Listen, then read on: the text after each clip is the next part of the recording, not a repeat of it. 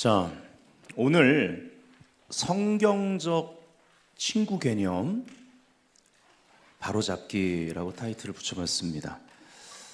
결론 부분에 볼 텐데요. 도시의 운명을 결정하는 10명의 오화비. 이 오화비가 히브리 말인데 어떤 의미인지 이제 우리가 공부하게 될 것입니다. 네. 여러분, 오늘날 우리 사회를 보면 친구라는 단어가요, 옛날 같지 않습니다. 아주 지나칠 정도로 가볍죠. 그러면 friendship, friend가 친구고 friendship, 우정은 어떨까요? 마찬가지입니다. SNS상에서 뭐 친구 맺는 거 어렵지 않습니다. 친구 추가 그냥 클릭하면 됩니다. 한 번의 클릭으로 맺어지는 관계예요. 싫으면요, 친구 끊기 하면 됩니다. 어쨌든 수평적 대상을 우리가 친구라고 부릅니다. 좋은 겁니다. 근데 문제는요, 지금 이 시대에 시작할 때도 말씀드렸죠. 바울이 세월을 아끼라 때가 악하니라, 리디밍 더 타임, 시간을 구속시켜라. 그게 우리가 할 일이에요. 왜? 우리가 예수 그리스도 안에 구속된 자들이기 때문에. 아멘. 근데 세월을 아끼라 때가 악하니라 이렇게 말하고 있습니다. 강으로 비유하면 그냥 시간이 계속 흐르는 거예요. 그러면서 더 어두워지고 이 세대는 더 악해지는데, 지금 이것이 그냥 이 악한 물결이, 이 죄의 강물이 지금 교회들까지 들어와 가지고 교회들마다 난리지 않습니까? 네, 많은 일들이 터지고 있잖아요. 근데 자, 계속 시간은 흘러요. 계속 이 시대는 악해져요. 유혹이 역사해요. 그런데 나는 예전하고 똑같아. 교회는 다니지만. 여기서 문제가 생기는 겁니다. 네, 한국 교회에 지금 일어나고 있는 모든 문제도 다 여기에 속한 거예요. 특별히 코로나 때부터 더 악해져요. 과학은 더 발전하는데 이 세대는 더 어둠 가운데 들어가요. 귀신이 역사해요. 주술이 역사해요. 근데 이게 오히려 교회 가운데 흘러 들어가고 있는데, 교회는 무방비 상태인 거예요. 가장 강력한 영적 전쟁은 트랜스포메이션 글로리 안에서 일어납니다. 우리가 변화되면 이런 악의 물결을 차단하게 됩니다. 우리가 변화를 받으면 빛이 역사합니다. 어둠은 물러갑니다. 아멘. 고린도후서 3장 마지막 부분에도 우리가 변화될 때 하나님의 영광의 빛이 임하는 거에 대해서 얘기를 하고 있습니다. 아멘. 결국은 우리가 변화되지 않기 때문이에요. 로마서 12장 2절에 이 세대를 본받지 말고 너희 생각, 너희 마음이 변화를 받아야 된다, 이 말은요, 지금이어야 된다는 얘기예요. 보류하지 말라는 겁니다. 그리고 그 어떤 일하고도 우선순위를 비교하지 말라는 거예요. 그냥 절대 우위에 둬야지 된다는 겁니다. 미룰 일이 아니라는 거예요. 내가 오늘 그 길을 선택하지 않으면 다른 영이 내 삶 가운데 침투할 것이기 때문에 그런 겁니다. 이런 시대 속에 친구 개념 이미 희석됐습니다. 근데 지금 이 시대 속에 이렇게 쉽게 친구 관계 끊어버리고 갑자기 원수로 삼고, 그리고 디스하고 따시키고, 그렇죠? 이렇게 사악한 시대 가운데 이러한 친구의 개념이 교회 안으로 들어왔다는 거예요. 이게 문제입니다. 그러면 친밀함이란 단어는 어떻게 될까요? 이 친밀함이란 단어든 친구란 단어든 함께 해석에 있어서나 적용에 있어서나 오류가 되고 있다는 겁니다. 하나님과의 관계에 있어서 오류가 생기고 있다는 거죠. 하나님과의 관계에 있어서 하나님에 대해서 경외감이 빠진 친밀함, 이 말이 안 되는 성경적이지 않은 친밀함이 교회 가운데 자리를 잡고 있다는 거죠. 좋은 찬양인데 한국에 많이 불렸었던 찬양, 나는 주의 친구, 지금도 뭐 불리잖아요. 저희 교회에서는 왜 안 부를까요? 부를 수도 있는데 왜 안 부를까요? 너무 가벼워서요. 그래서 제가 부르지 말라고 그랬습니다. 노래는 좋은 노래입니다. 저도 개인적으로는 좋아합니다. 근데 이 노래를 부르는 나는 주의 친구, 뭐 율동까지 하면서 하잖아요. 다른 교회는. 네. 주님 날 친구로 부르셨네 마음. 아 친구, 아, 좋아. 하나님은 우리와 수평적 관계가 아니에요. 네. 친구에 대한 개념 자체가 오류가 떴기 때문에 이 찬양의 가사를 가지고 부르는, 근데 멜로디도 또 너무 가볍잖아요. 친구에 대한 성경적인 개념이 안 잡혀 있으면서 이런 찬양을 부르면 주님과 내 관계에 있어서 점점 문제가 발생하지 않을까 해서 뭐 다른 찬양들도 우리가 부를 만한 충만한 임재가 있는 찬양들 많으니까 이것을 좀 지양했던 것입니다. 너무 가벼워서요. 자, 요한복음 15장 15절 교재 있죠. 이제부터는 너희를 종이라 하지 아니하리니, 좀 생략하고 너희를 친구라 하였노니 이렇게 말하고 있습니다. 성경에서 말하는 친구 개념을 오늘 볼 건데요, 가벼운 우정 개념이 아닙니다. 지금 이 시대의 친구의 개념은 더더군다나 아닙니다. 그래서 오늘 학습 목표 5가지. 자, 첫 번째 여러분이 읽어주세요. 첫 번째, 성경에서 말하는 친구의 개념이 단순한 감정적 친밀감이 아님을 이해한다. 둘째, 예수님께서 제자들을 친구라 부르신 의미를 통해 하나님과의 관계가 무엇인지 배운다. 셋째, 아브라함이 하나님의 벗이라 불린 이유를 통해 믿음, 사랑, 순종의 관계를 점검한다. 넷째, 오늘 나의 신앙이 하나님께서 나를 사랑하는 자라고 부르실 만한 삶인지 돌아본다. 다섯째, 우리는 도시를 중보하는 10명의 오합이 하나님을 사랑하는 자로서 있는가입니다. 네, 하나님을 사랑하는 자, 이것이 오합이의 의미예요. 그냥 직역하면 나의 사랑하는 자 또는 나를 사랑하는 자. 보통 우리는 나를 사랑하는 자 이렇게 알고 있으면 됩니다. 이제 이것들을 설명할 거예요. 첫 번째는 성경적 친구 개념 이해입니다. 이것은 제가 여기 네 가지를 이제 크게 네 가지로 나눠서 이렇게 개요를 표로 만들어 봤습니다. 그래서 제가 이제 설교할 때 뒷배경 이걸 여러분 기억하시고 여러분 교재에도 이 표가 들어가 있을 것입니다. 그래서 첫 번째 요한복음 15장 15절에 친구란 단어, 이것이 헬라어로는 필로스입니다. 필로스. 네, 이걸 설명해 드릴 거예요. 네, 하나님의 뜻과 경륜에 참여하는 인격적 관계로 여러분이 성경적으로 이해할 수 있어야 됩니다. 자, 그 다음에 두 번째는요, 이사야 41장 8절과 오하비라는 히브리어입니다. 나의 사랑하는 자 또는 나를 사랑하는 자라는 의미라고 했죠. 단순한 친밀함이 아닌 능동적으로 하나님을 사랑하는 관계를 의미합니다. 자, 세 번째는요, 아브라함이 하나님의 벗이다 라고 이제 기록된 야고보서 2장 23절과 아브라함의 신앙적 정체성입니다. 여기에는 하나님의 벗, 그렇죠?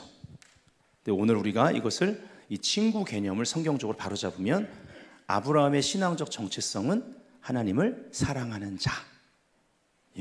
자, 그 다음에 네 번째 결론 부분이죠. 오늘 당신은 하나님의 오하비로 서 있습니까예요. 성경적 친구는 뜻의 공유, 사랑, 믿음, 순종으로 이어지는 하나님과의 인격적 동행이다. 아멘. 자, 이제 이 표 한 표 하나에 도표에 잘 만들어놨죠. 교재에 있습니다. 성경적 친구 개념, 이걸 핵심 정리한 도표입니다. 자, 거기 첫 번째 칸에 보면요, 성경은 친구를 어떻게 말하는가? 성경에서 친구는요, 단순한 인간적 친밀감이 아니라 하나님과의 인격적이고 언약적인 관계를 뜻합니다. 자, 중요한 세 가지 본문을 먼저 읽을게요. 이 본문을 가지고 오늘 성경 공부를 하게 됩니다. 요한복음 15장 14절, 15절. 15절 여러분 교재에는 15절만 돼 있는데 14절까지 함께 보는 게 좋아서 제가 14절 15절을 읽을게요. 그러면 너희는 내가 명하는 대로 행하면 곧 나의 친구라. 이제부터는 너희를 종이라 하지 아니하리니 종은 주인이 하는 것을 알지 못함이라. 너희를 친구라 하였노니 내가 내 아버지께 들은 것을 다 너희에게 알게 하였음이라. 자, 그리고 이사야 41장 8절 다 같이 읽습니다. 시작. 그러나 나의 종 너 이스라엘아, 내가 택한 야곱아, 나의 벗 아브라함의 자손아. 자, 여기에 나의 벗, 나의 친구 아브라함의 자손아 했죠. 이 안에는 이스라엘도 있지만 우리의 믿음의 조상이잖아요, 아브라함이. 그러니까 우리들을 향한 말씀이기도 합니다. 그렇죠? 예. 근데 그 아브라함의 자손아 하면서 아브라함을 뭐라고 칭했어요? 나의 벗이라고 그랬잖아요. 하나님의 친구. 그럼 이 관계를 그의 믿음의 자손인 우리들에게도 원하시는 겁니다. 네. 야고보서 2장 23절 시작. 이에 성경에 이른바 아브라함이 하나님을 믿으니 이것을 의로 여기셨다는 말씀이 이루어졌고 그는 하나님의 벗이라 칭함을 받았나니라고 말하고 있습니다. 성경에 이른바 아브라함이 하나님을 믿으니, 이제 믿는 자의 그러한 정체성 중에 굉장히 중요한 정체성이 여기 바로 하나님의 벗이 되는 것, 친구가 되는 것이다. 그러면 성경에서 말하는 친구 개념이 뭐냐? 이걸 아는 게 너무너무 중요한 거죠. 그냥 정서적으로 가까운 사람을 의미하지 않습니다. 먼저 하나님과의 관계에 있어서 하나님의 뜻을 알아야 됩니다. 여기 뜻을 안다라는 것은 이 세대를 본받지 말고 생각에, 마음의 변화를 받아 하나님의 선하시고 기뻐하시고 온전한 뜻이 무엇인지 분별하는 것, 이것이 포함되어 있는 거예요. 아멘? 그래야 하나님을 사랑할 수가 있습니다. 이 생각이 변화되지 않으면 하나님을 향한 사랑의 단계로 들어갈 수가 없는 거예요. 그리고 하나님을 사랑하는 사람은 그 뜻을 믿기 때문에 순종하게 됩니다. 이것이 바로 친구로서의 삶인 거예요. 자, 오늘 본문에 우리가 이렇게 본문들을 읽어봤지만 예수님은 요한복음 15장에 보면 제자들을 친구라고 부르셨습니다. 그리고 하나님은요, 아브라함을 하나님의 친구, 벗이라고 부르셨습니다. 자, 거기 또 교재에 나온 부분 읽어볼게요. 우리는 친구라는 말을 가볍게 쓰지만 성경은 그것을 믿음, 사랑, 순종이 결합된 관계로 본다. 먼저 내 신앙이 감정적 친밀감에 머무는지 아니면 하나님의 인격적 관계로 나아가고 있는지 점검해야 한다. 예, 여러분이 점검해야 됩니다. 다시 말씀드려요. 시간은 계속 흐르는 거예요. 세월을 아끼라 때가 악하니라, 이 말 안에 시간은 계속 흐르고 때는 계속 악해져요. 시대가 계속 악해져요. 이 점검해야 되는 거예요. 제가 이렇게 성경 공부를 하거나 또 메시지 설교를 선포하면서 계속 성경에 나오는 단어를 확립해 드리잖아요. 이 단어가 세상과 뭐가 다르냐는 거예요. 그게 확립이 돼야 기도가 달라집니다. 이게 확립이 돼야 여러분 찬양 생활도 달라져요. 찬양 가사의 단어 하나하나가 다 성경에서 나온 거거든요. 그렇죠? 이게 달라져야 말씀 읽을 때 하나님의 성령께서 주시는 지금의 때, 또 오늘 하루에 내가 할 일에 대해서 성령의 조명, 계시를 받을 수가 있다라는 거예요. 아멘. 네. 자, 그 다음이요. 예수님은 왜 제자들을 종이 아니라 친구라 하셨는가? 요한복음 15장 15절, 이제부터는 너희를 종이라 하지 아니하리니 너희를 친구라 하였다, 이렇게 말씀하셨습니다. 신앙은 단순히 시키는 일을 하는 종교 행위가 아니다. 말씀을 통해 하나님의 뜻을 알고 그 뜻 안으로 초대받는 관계가 되어야 한다. 예배와 성경 읽기의 목표를 정보 습득이 아니라, 지금도 마찬가지입니다. 아마 여러분 오늘 이 친구라는 개념에 대해서 제가 이제 성경 구절을 그 본문에 나오는 벗, 친구, 이 단어들의 헬라어 이제 원문과 그리고 히브리어 원 단어를 볼 거예요. 그러면 사실상 친구라는 단어가 아니에요. 예. 그래서 오늘 새로운 걸 여러분이 이제 알게 되실 거예요. 네. 근데 그냥 그걸 정보로 오늘 이 성경 교재 좋은데 이러고 끝나면 안 되는 겁니다. 하나님의 마음을 알아야 돼요. 예, 하나님의 마음을 아는 것으로 바꿔야 한다. 자, 거기 친구로 나온 단어가 필로스입니다. 필로스. 친구는 상호적 사랑의 관계이다. 이 필로스는요, 여기 친구로 번역이 됐죠. 뭐 틀린 건 아니지만 정확하게 말하면 사랑하는 사람입니다. 핵심 뭐예요? 상호적 사랑의 관계를 여기에 포함시켜야 돼요. 예, 이게 가장 중요합니다. 그래서 사랑하는 사람. 혼자 사랑할 수 없잖아요. 하나님과의 관계에 있어서, 예수님과의 관계에 있어서 사랑하는 사람을 의미해요. 예, 신약 성경에서는. 구약에서는 이따 보겠지만 오화비라는 히브리어입니다. 그리고 동행자란 뜻이 있어요. 네, 하나님의 뜻을 발견하고 거기에 내 생각을 변화시키고 가치관이 바뀌면서 성경적 그러한 사랑의 관계로 들어가고, 사랑하는 자는 너희가 날 사랑하면 내 계명을 지키리라. 순종하는 거, 이게 전체가 포함된 거예요. 네, 그래서 동행자인 거예요. 사랑하는 자. 할라크, 하나님과 동행하는 건 사랑하지 않으면 못하는 겁니다. 아멘. 예. 부부관계에 문제가 생겨요. 평생 동행해야 되거든요. 예. 근데 이 사랑의 관계가 안 되면 진짜 힘든 거예요. 평생 올무가 돼버리는 거예요. 예. 그래서는 안 되잖아요. 그렇죠? 네. 자, 이 필로스가요, 필레오에서 온 말입니다. 필레오는 사랑하다라는 뜻이에요. 헬라어로 예수님과 제자 사이의 친밀하고 상호적인 사랑의 관계를 드러내는 단어입니다. 하나님과의 관계는 형식적 의무만으로 유지되지 않는다. 주님을 가까이 하며 그분의 음성을 듣고 사랑으로 반응하는 삶이 필요하다. 신앙에 열심이 많아도 사랑이 식어 있다면 참된 친구의 관계는 어렵다. 동의하시면 아멘 합시다. 네. 자, 그 다음, 아브라함은 왜 하나님의 벗이라, 친구라 불렸는가? 아브라함은 단순히 하나님과 가까운 사람이 아니라 하나님을 사랑하고 믿음으로 순종한 사람이었다. 자, 이사야 41장 8절에 이렇게 기록되어 있어요. 나의 벗, 나의 친구 아브라함이라고 되어 있어요. 예. 영어로 그러면 my friend잖아요. 이게 히브리어로 보면 이 나의 벗이라고 하는 부분, 그리고 영어 성경엔 my friend라고 하는 부분이 히브리어에는 오하비로 되어 있다고요. 오하비. 저 위에 저 히브리어예요. 오하비. 예. 나의 사랑하는 자. 소유격적으로 직역을 하면 나의 사랑하는 자인데, 우리가 보통 오하비를 어떻게 말하느냐? 목적격적으로 직역을 하면 나를 사랑하는 자. 그래서 일반적으로는 나를 사랑하는 자. 나가 누군데요? 하나님이시기 때문에 하나님을 사랑하는 자. 이렇게 여러분이 알고 있으면 되는 거예요.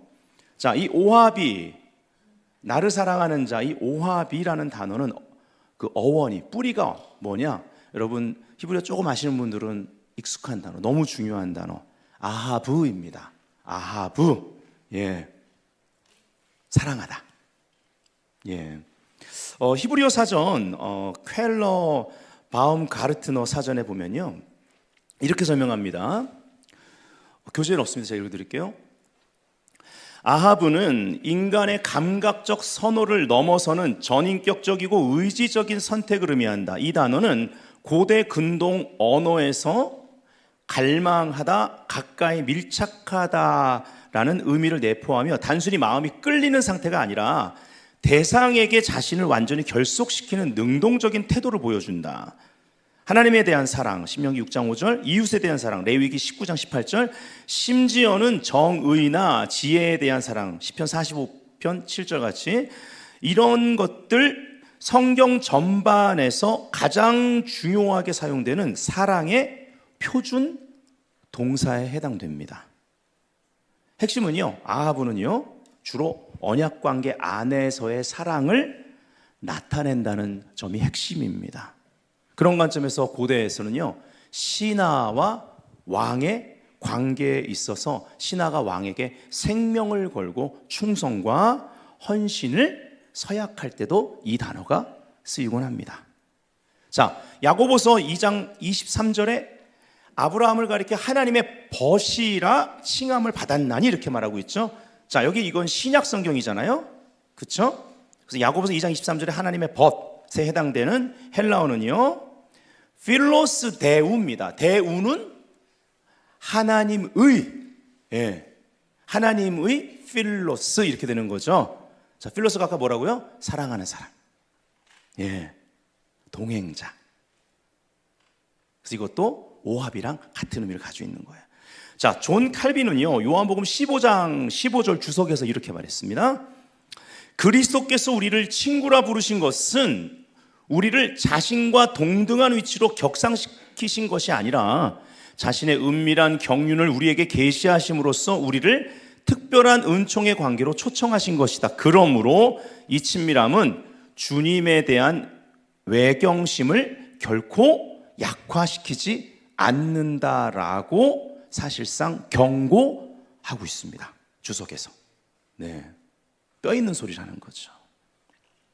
독일의 유명한 신학자 헤르만 바빙크는요, 이렇게 말했습니다.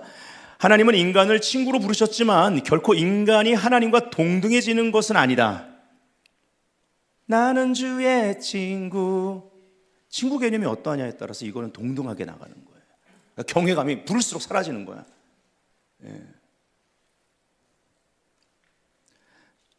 하나님은 인간을 친구로 부르셨지만 결코 인간이 하나님과 동등해지는 것은 아니다. 그것은 주권적 은혜에 의한 사귐이며 인간의 편에서는 전적인 순종을 전제로 한 사랑이다. 예수님이 우리를 위해 생명을 주셨잖아요. 자, 이것을 요한복음 15장, 아까 우리가 14, 15절 읽었는데 13절부터 좀 살펴볼게요. 13절에 보니까 사람이 친구를 위하여 자기 목숨을 버리면 이보다 더 큰 사랑이 없나니 라고 말씀하십니다.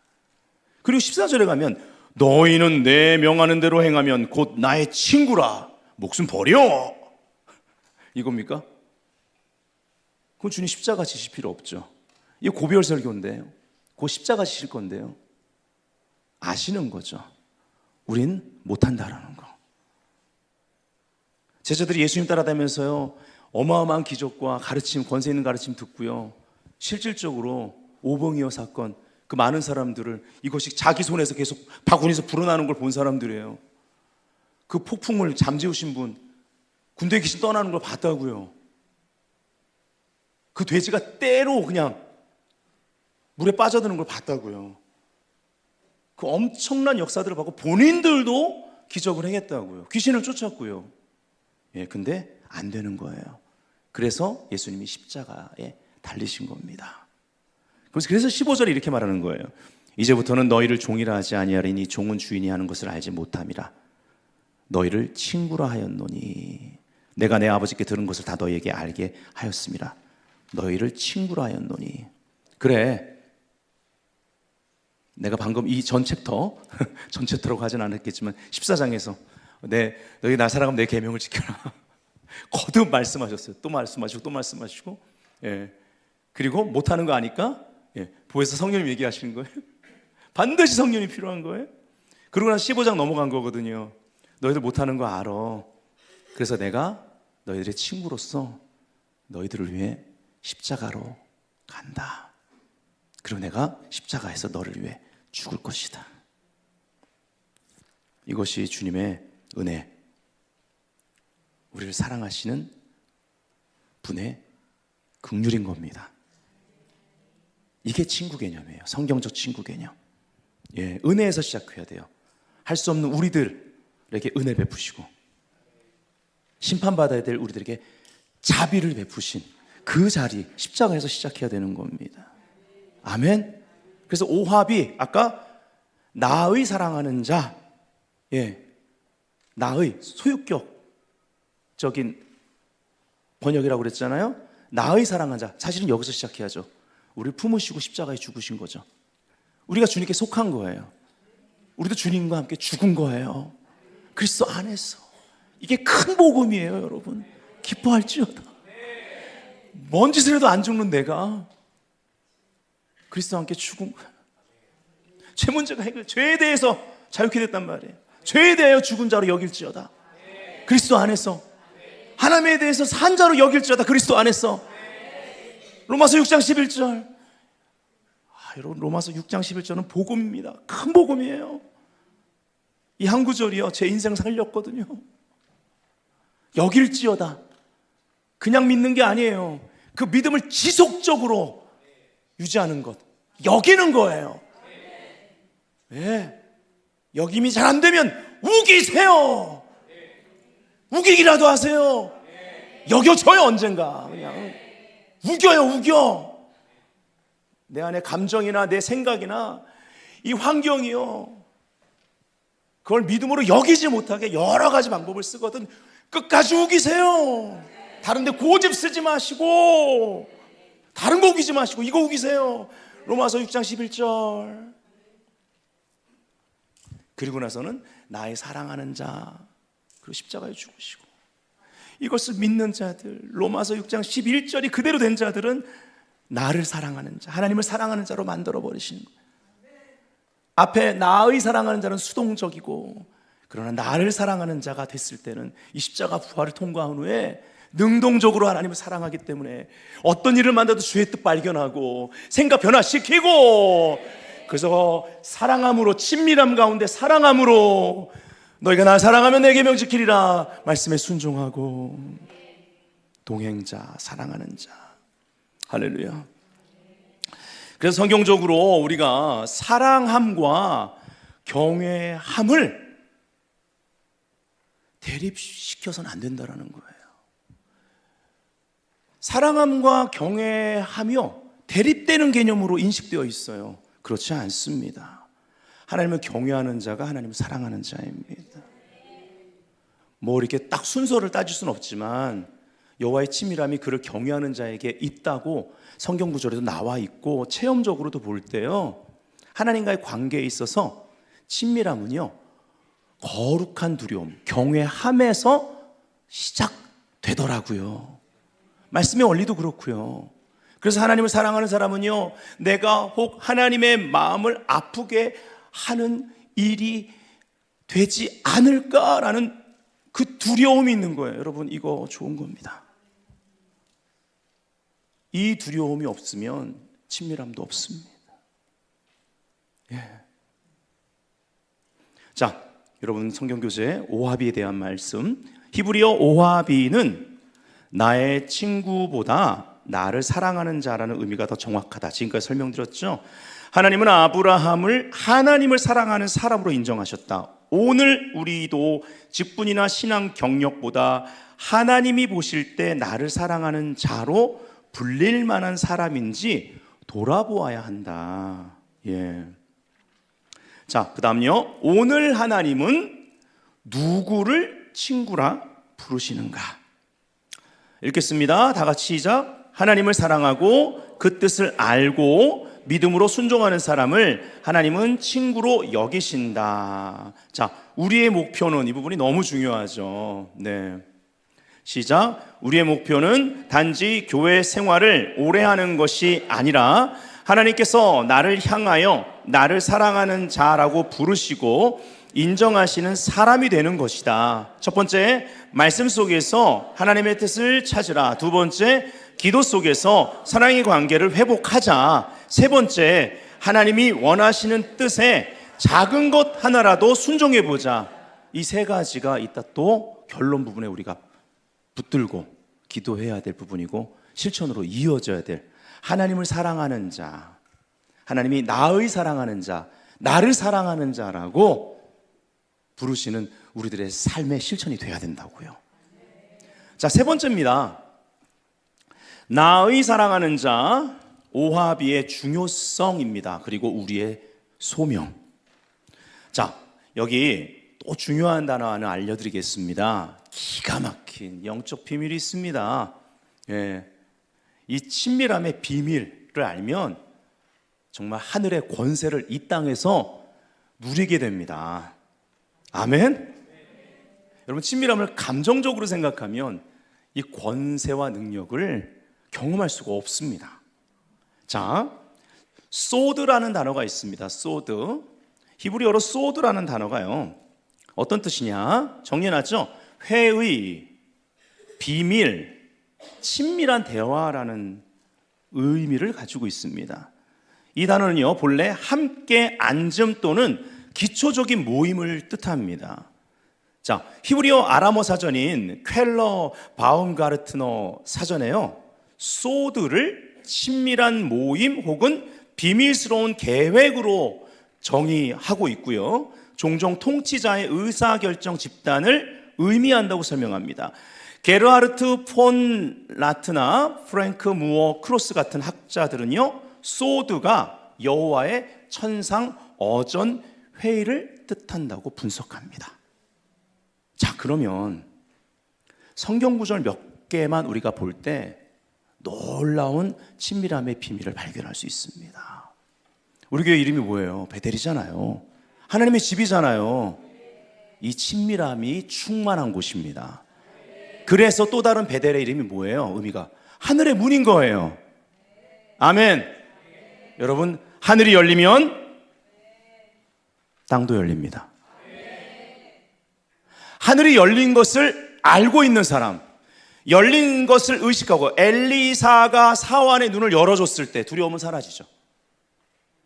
더 많은 불말불명 걸 보잖아요. 영의 세계가 열린 거죠. 하늘이 열린 걸 인식하자마자 두려움은 사라지죠. 이 땅에서 사는 방식, 태도, 말, 표정, 심지어 감정까지도 하나님의 통치 가운데 들어가죠. 달라요. 차원이 다르다라는 거예요. 차별화가 이루어지는 거예요. 아멘. 이게 베델입니다. 네. 자, 예레미야 23장 18절을 먼저 볼게요. 누가 여호와의 회의에 참여하며 이랬습니다. 이 회의가 소드입니다. 예. 그 말을 알아들었으며 누가 귀를 기울여 그 말을 들었느냐. 누가 들었어? 이 말이잖아요. 아무나 참여하는 거 아니다, 그 말이죠. 아무나 참여할 수 없습니다. 바로 오합이, 하나님을 사랑하는 자들이 참여할 수 있습니다. 그래서 이사야 6장의 그 영광의, 그 하나님의 영광의 옷자락과 하늘이 열려 있죠. 보좌, 높이 들린 보좌. 그래서 경험하고 이사야가 나름 자기가 거룩한 선지자라고 생각했고, 그 선지자로서 거룩한 하나님의 말씀, 예언을 대언했던 자로서, 근데 갑자기 그 영광이, 그 빛, 영광의 빛이, 그 거룩이 너무 강력하게 역사하자 자기의 불순물이 드러나는 거죠. 나 망했다, 나 이제 심판이다라는 거예요. 자기 입이 얼마나 부정한지를 알게 됩니다. 그때 하나님의 자비, 그 보좌의 그 제단 숯불로, 보좌의 그 숯불로 입술을 깨끗하게 해줍니다. 그리고 나서 진정한 회개를 통해 거룩이 회복되니까, 차원 높은 거룩을 경험하니까, 여러분 지금 이것이 저와 여러분에게 필요하다는 거예요. 영광의 사역, 베델교회는 영광의 사역을 하는 하나님의 집입니다. 그렇기 때문에 이 영광의 사역은요, 지금 이 시대에, 이 시간에 우리 교회가 지금까지 예배하고 기도하면서 하나님의 영광의 사역을 추구해 왔지만, 지금은 그 다음 단계로, 다시 말씀드려요, 세월을 아끼라 때가 악하니라, 계속 시간은 너무너무나 빨리 가면서 세상은 더 악해지는 거예요. 악한 영의 역사가 어두워지는 거예요. 그러면 우리도 변화의 속도를 더 업그레이드 시켜야 돼요. 차원이 달라져야 돼요.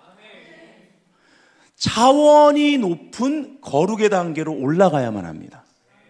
이게 영적 전쟁의 승리의 핵심입니다. 이걸 이사야 6장에서 이사야가 경험한 거예요. 그 차원 높은 거룩을 경험하고 나서 그때 하나님의 어전회의에 들어가잖아요. 누가 우리를 위해서 갈고, 우리 성부, 성자, 성령 하나님. 천상의 어전회의에 그 회의를 듣습니다.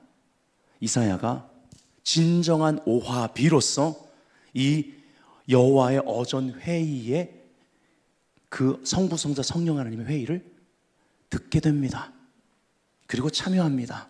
예수 그리스도 성자 예수께서 내가 여기 있으니 나를 보내서 Here I am, send me라고 하는 그것을 이 선지자가, 이 땅에서 사는 이 선지자, 사람인 이 선지자가 그것을 대언하는 특권을 누립니다. 그도 그 시대에 보냄을 받을 뿐만 아니라 먼 훗날 메시아로 오실 예수 그리스도의 그 대언을, 아버지 내가 여기 있으면 날 보내소서를 이사야가 대언하게 되는 거예요. 지금 이 시대에 우리가 추구하는 영광의 사역은 무엇입니까? 여러분, 영광의 사역은요, 은사 사역이 아닙니다. 그건 포함되죠. 성령의 은사. 그래서 더 중요한 건 성령의 열매입니다.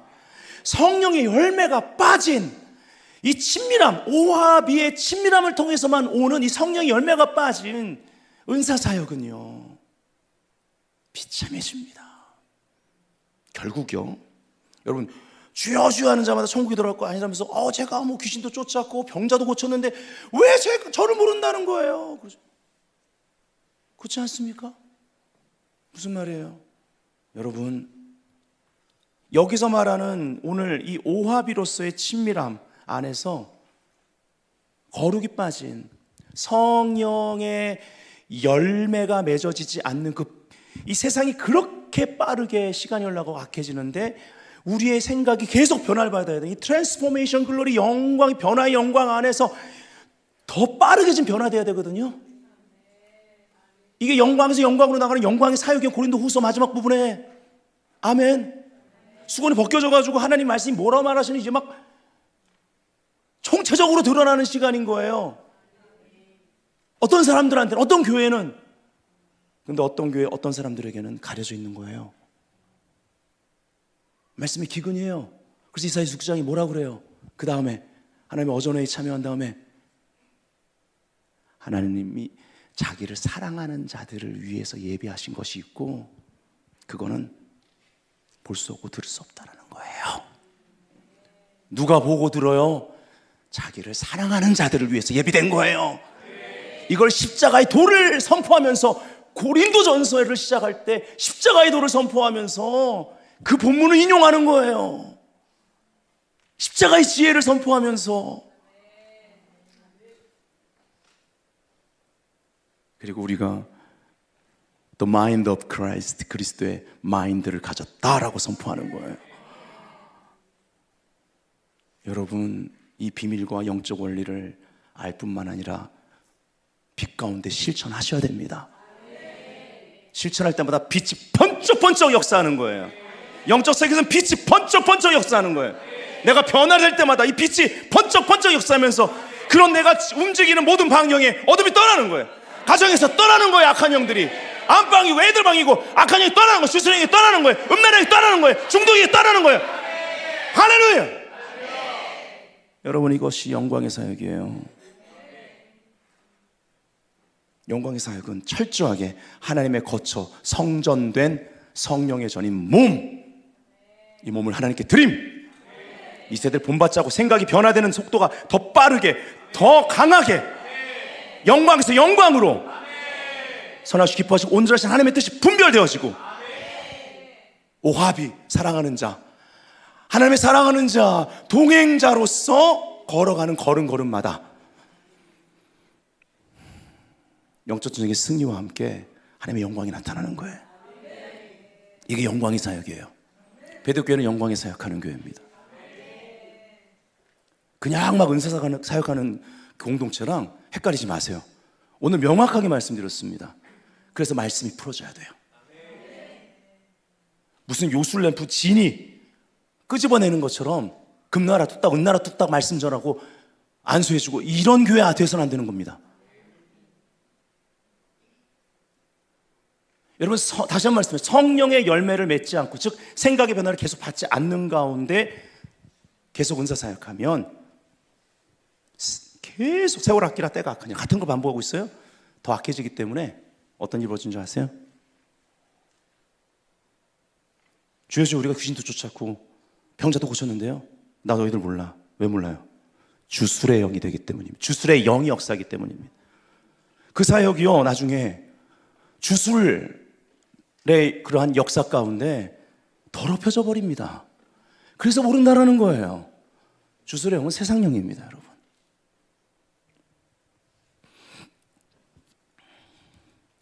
이 영광의 사역까지 말하려고 했던 건 아닌데, 네.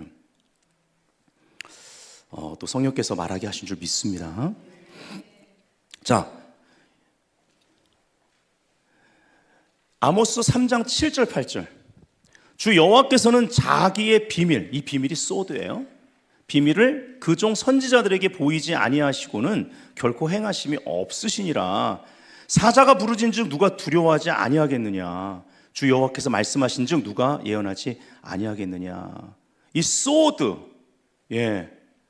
이 비밀을 맡은 자가 오합이 하나님을 사랑하는 자로서, 하나님의 사랑하는 자로서, 이 사자가 부르진즉 누가 두려워하지 않겠느냐. 영적 전쟁해야 되고요. 주 여호와께서 말씀하신 누가 예언하지 않겠느냐. 예언 사역해야 되는 거예요. 바르게 성경을 대언해야 된다고요.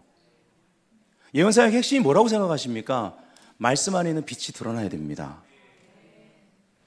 그래서 그걸 듣는 사람들, 특별히 그 다음 세대들이 미래를 향해서 그 어둠을 뚫고 나아갈 수 있도록 길을 열어주는 것, 이게 예언 사역의 핵심입니다. 그래서 창조가 시작될 때 Let there be light, 빛이 있어라부터 시작되는 겁니다. 할렐루야. 저희들 레마 말씀이 이사야 60장 1절 2절입니다. 이사야 60장 전체지만 일어나라 빛을 발하라.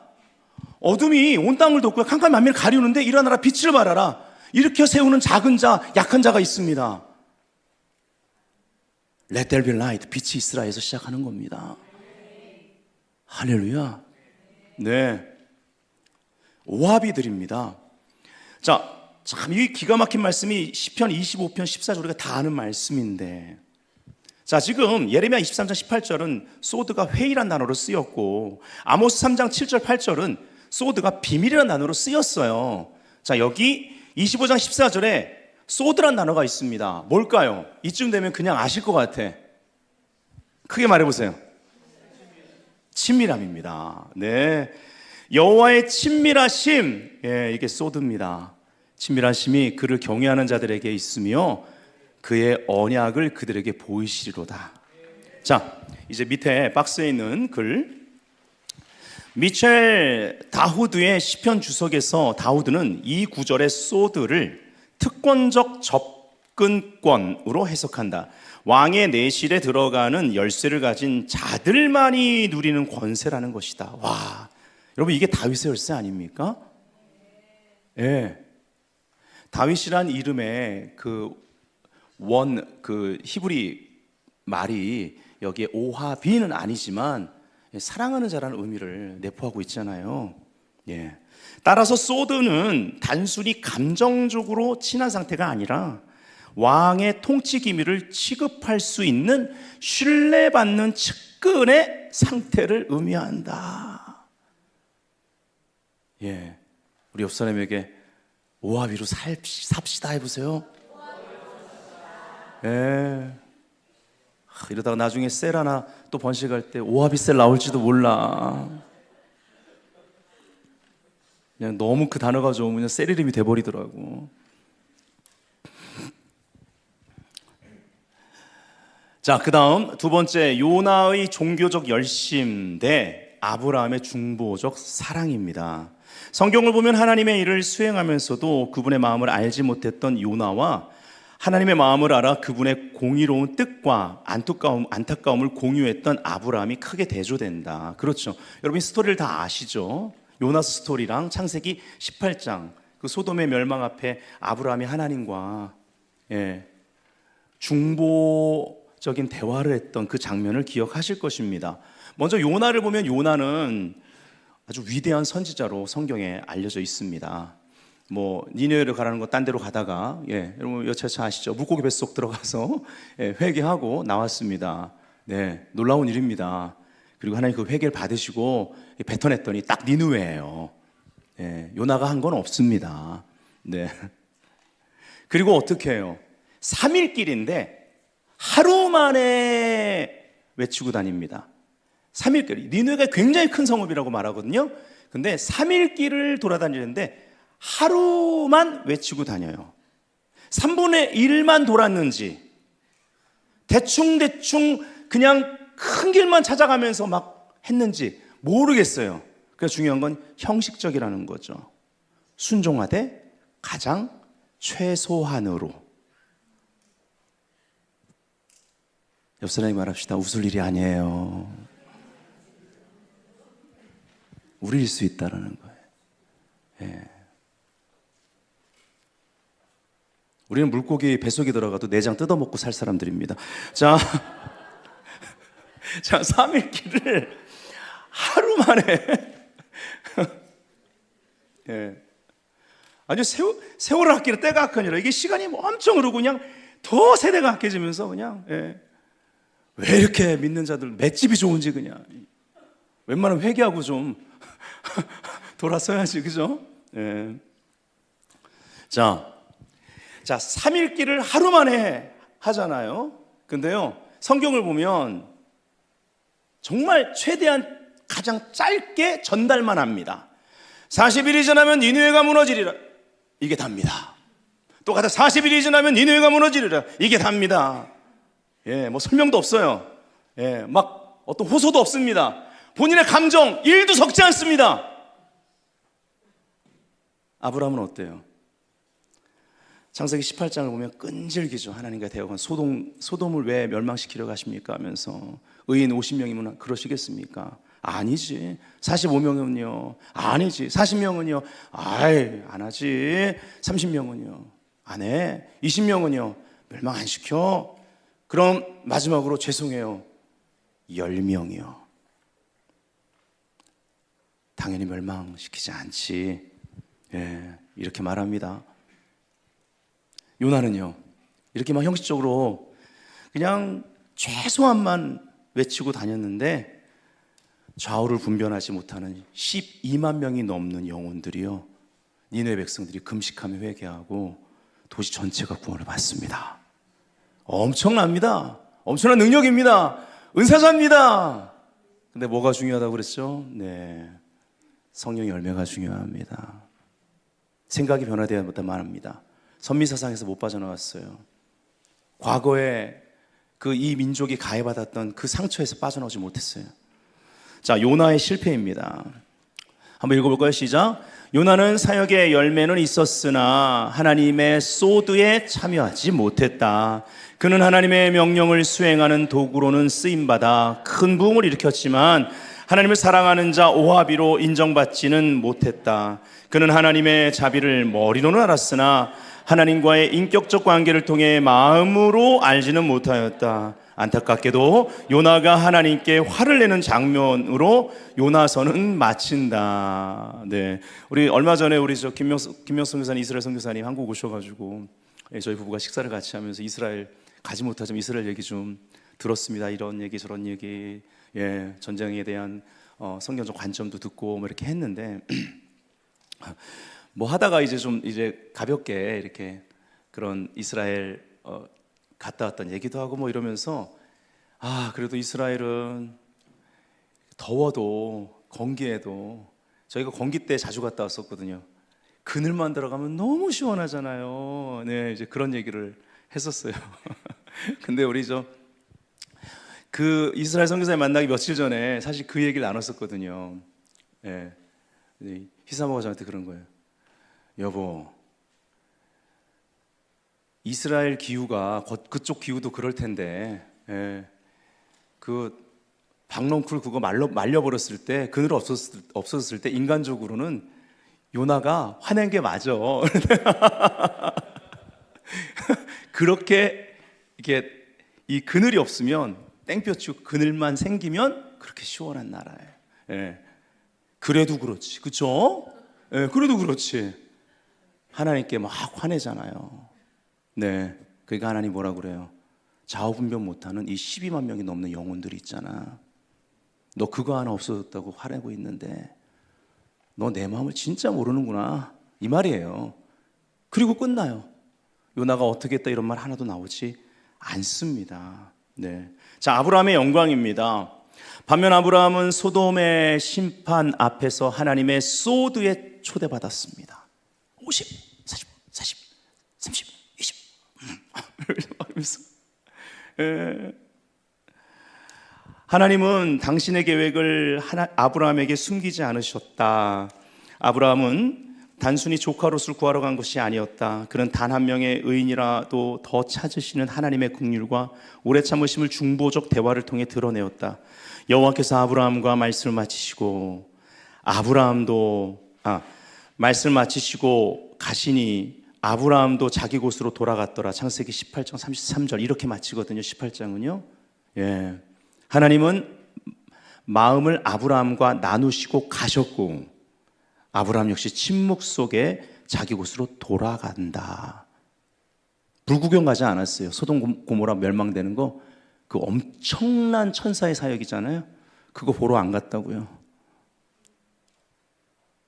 실제 그런 일이 있다면 그거 보러 갈 성도들 많을 거예요. 보러 갈 목사님들 많을 거예요. 근데 그게 중요한 게 아닌 거예요. 하나님의 마음을 안 거예요. 그래서 아브라함도 조용히 갑니다. 네. 하나님과 아브라함이 충분히 하나님의 마음을 공유했고 또 하나님은 자기의 마음을 나눌 사람이 있었고 오하비가 있었고 또 아브라함도 하나님의 마음을 받은 거예요. 예. 이것이 오하비의 태도고 삶인 것입니다.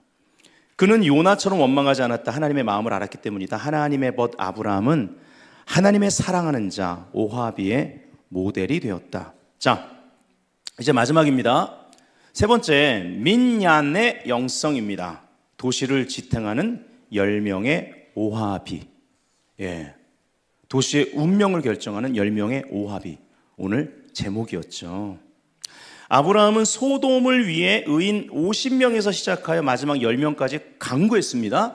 여기서 우리는 유대교의 회당을 세울 수 있는 공적 예배 정족수인 민얀, 남자 10명을 말해요. 예배 정족수.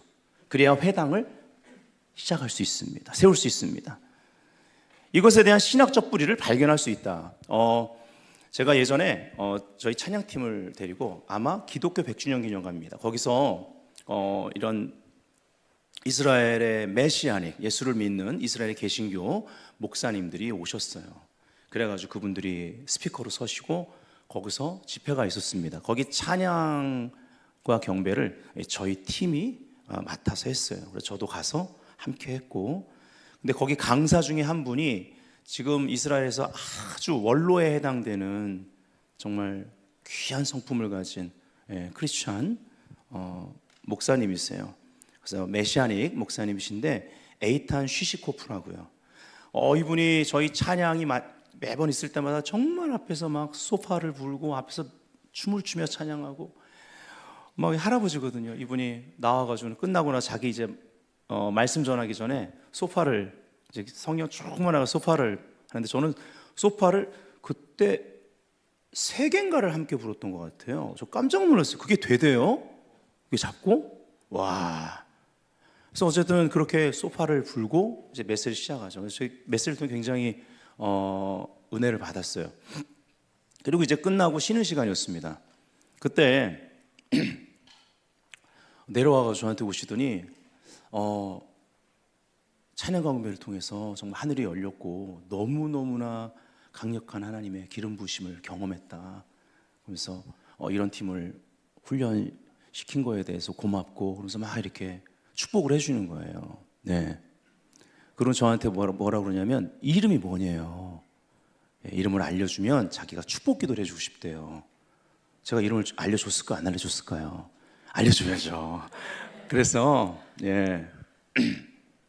이름을 엄민용이라고 알려줬어요. 민용엄이다. first name이 뭐냐요? 민용이다. 그랬더니 이분이 들을 때는 딱 듣자마자 민용이라 그러니까 민용엄, 그런데 first name이 민용이라고 그랬더니 이분이 딱 들을 때 민용과 가장 비슷한 히브리 말을 캐치한 거예요. 이름을 듣는데 히브리 말 중에는 민년이라는 게 있다. 예. 근데 그 여기 나오는 지금 영어로 민얀보다 조금 더 이렇게 발음이 조금 다르세요. 예. 민년이라는 게 있다. 그래서 이름이 민용이 민년하고 가장 가깝게 자기는 들린다. 그래서 내가 이것을 가지고 기도해 주고 싶다 그러면서 제가 그래서 일단 기도를 받았어요. 기도 받고 나서 민년이 뭔지를 그다음 물어봤어요. 기도하는 교회 그리고 막 다윗의 장막 막 이런 거 막 기도해 주더라고요. 왜냐면 저는 20여 년 동안 다윗 장막의 비전, 우리 교회도 다윗 장막 비전, 이런 하나님의 영광이 많은 예배의 비전과 또 그것의 방향과 결과인 선교적 비전이 있잖아요. 거기에 이스라엘을 회복해야 되는 원유맨의 비전이 있는 거고. 그거 기도해 주시더라고요. 그래서 막 아멘 하면서 받았죠. 근데 정작 민년이 뭔지 모르잖아요. 그래서 그걸 물어봤더니 이 얘기를 해주시는 거예요. 신실한 남자 10명, 성인 남자 10명이 그 도시에 있어야 유대교 회당이 시작된대요. 거기서 말씀을 선포하고 낭독할 수 있고 말씀을 가르칠 수 있고 거기서 기도를 할 수가 있대요. 그 정족수가 남자 10명인 거예요. 신실한 남자 10명. 예. 그래서 제가 그때요 신선한 그 깨달음을 얻게 된 거예요. 딱 듣자마자 야, 이게 그러면 혹시 창세기 18장에 그 10명이 없어서 멸망당했던 소돔과 고모라 그 사건 가운데 그 중보적인 대화 가운데 있었던 그 10명에 대한 어떤 관련성이 있지 않을까. 예. 근데 있더라고요. 네. 자, 거기 프린트에 의인 10명의 실체, 랍비 요나단 섹스는 민얀이 소돔이 갖지 못했던 10명의 의인 공동체를 재현하는 핵심이라고 역설한다. 우리는 여기서 의인의 중요성을 발견한다.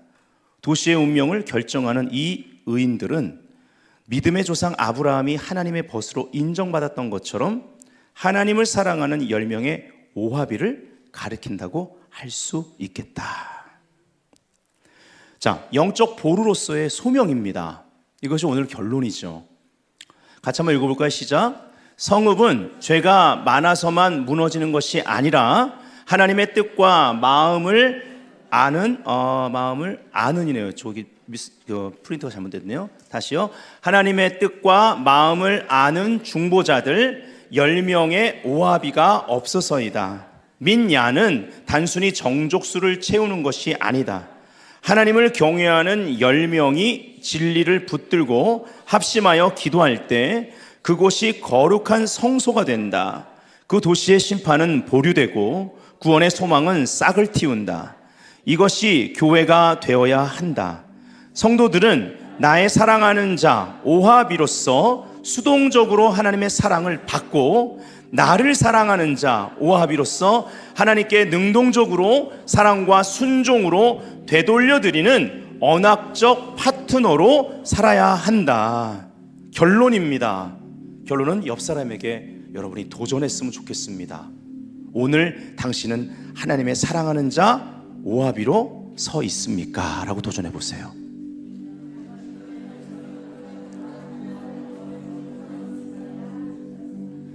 네. 아까 여러분 그 도표의 마지막 부분 오늘 하나님은 누구를 친구라 부르시는가? 하나님을 사랑하고 그 뜻을 알고 믿음으로 순종하는 사람을 하나님은 친구로 여기신다. 우리 목표는 단지 교회 생활을 오래 하는 것이 아니라 하나님께서 나를 향하여 나를 사랑하는 자라고 부르시고 인정하시는 사람이 되는 것이다. 세 가지 기억합시다. 오늘 이것을 가지고 기도할 뿐만 아니라 여러분 세월을 아끼라 때가 악하니라 긴급합니다. 이미 시간이 너무나 많이 흘렀는데 우리의 나태함은 이전에 나태함에 대해서 말씀드렸지만 아무것도 안 하는 것이 아니라 다른 거 하나님이 하라고 하신 거 외에 다른 거 하는 것, 우선순위가 바뀐 것. 우리의 나태함은 너무나 시간을 낭비하지 않았을까요? 제일 급선무는 내가 변화받는 겁니다. 주의 영으로 말미암아 수건이 벗겨져서 말씀이 뭐라고 하는지를 빛으로 깨닫는 거예요. 성령의 조명을 받는 겁니다. 계시를 받아야 됩니다. 우리는 오늘 성경에서 말하는 친구의 개념, 이것에 대해서 이것이 오합이구나, 우리는 오늘 빛 가운데 깨달았습니다. 이제 영광에서 영광으로 나아가야 되는 거예요. 이 깨달음이 우리를 변화시키기를 원합니다. 말씀 속에서 하나님의 뜻을 찾읍시다. 기도 속에서 사랑의 관계를 회복해야 합니다. 하나님이 원하시는 뜻에 당장 오늘부터, 당장 내일부터 작은 것 하나라도 순종해 보자는 거예요. 우리 주여 3번 부르짖고 간절히 기도하겠습니다. 주여, 주여, 주여. 오합이로서 하나님 앞에 나아갑시다. 경외함으로 오늘 친밀함이 시작되게 하여 주옵소서.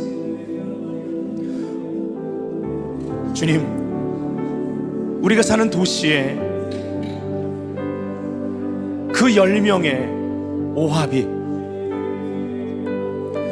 내가 일하는 그 영역에 10명의 오합이, 그 오합이로 나를 부르심을 감사합니다.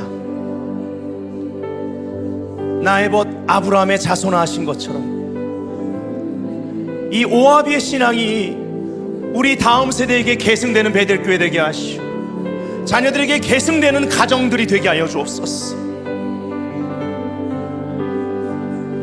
베델교회가 이러한 영적 보루로서의 오합이의 사명을 감당하게 하여 주옵소서. 그리스도 안에서 죄에 대하여 죽고 하나님에 대하여 산 자로 여길지어다.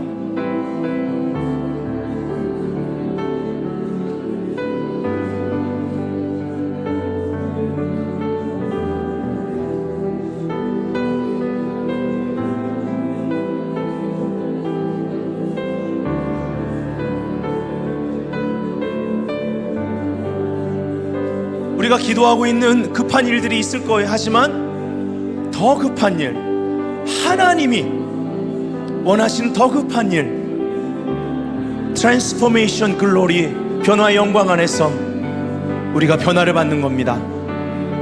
말씀 앞에 섰을 때 주께 돌아가면 그 얼굴에 수건이 벗어지리라. 주는 영이시니 주의 영이 계신 곳엔 자유함이 있느니라. Where the Spirit of the Lord is, there is freedom. 성령께서 우리 눈을 열어 엘리사가 사환의 눈을 연 것처럼 영적 세계,